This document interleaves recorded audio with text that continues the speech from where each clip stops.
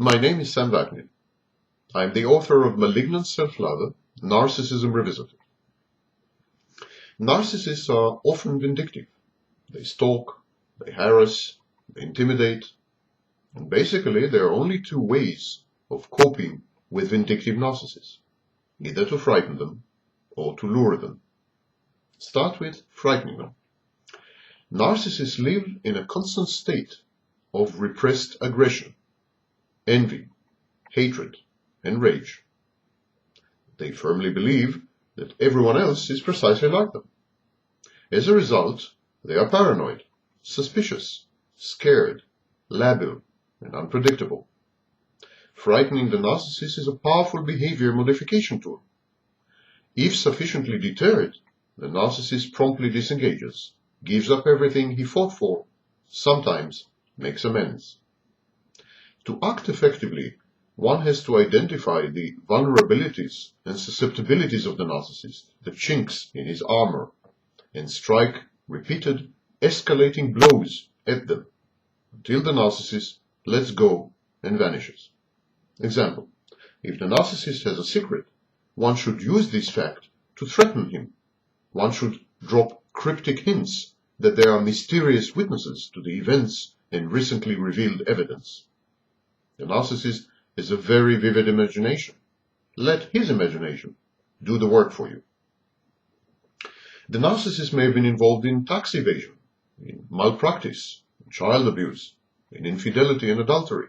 There are so many possibilities which offer a rich vein of attack. If done cleverly, non-committally, gradually, and increasingly, the narcissist crumbles, disengages, detaches, and disappears. He lowers his profile thoroughly in the hope of avoiding hurt, pain, and criminal persecution. Most narcissists have been known to disown and abandon a whole pathological narcissistic space. In other words, they have been known to relocate in response to a well-focused campaign by their victims.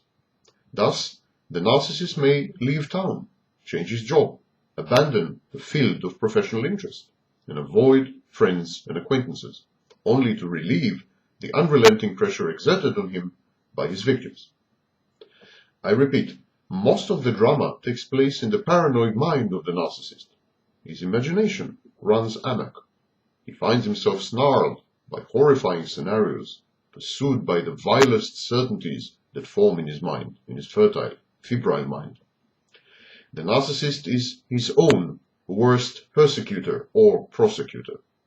You don't have to do much except utter a vague reference, make an ominous allusion, delineate a possible turn of events. The narcissist will do the rest for you. He is like a small child in the dark, generating the very monsters that paralyze him with fear. Needless to say, emphasize and repeat that all these activities have to be pursued legally, preferably through the good services of law officers and in broad daylight. Done the wrong way, they might constitute extortion or blackmail, harassment, and a host of other criminal offenses. Be very careful, because you would be treading a thin line between legality and illegality should you choose to frighten the narcissist. The alternative is, of course, to lure the vindictive narcissist. The other way to neutralize him is to offer him continued narcissistic supply until the war is over and had been won by you. Dazzled by the drug of narcissistic supply, the narcissist immediately becomes tamed, forgets his vindictiveness, and triumphantly takes over his new property and territory. Under the influence of narcissistic supply, the narcissist is unable to tell when he is being manipulated. He is blind, dumb, and deaf. You can make the narcissist do anything by offering, withholding, or threatening to withhold narcissistic supply.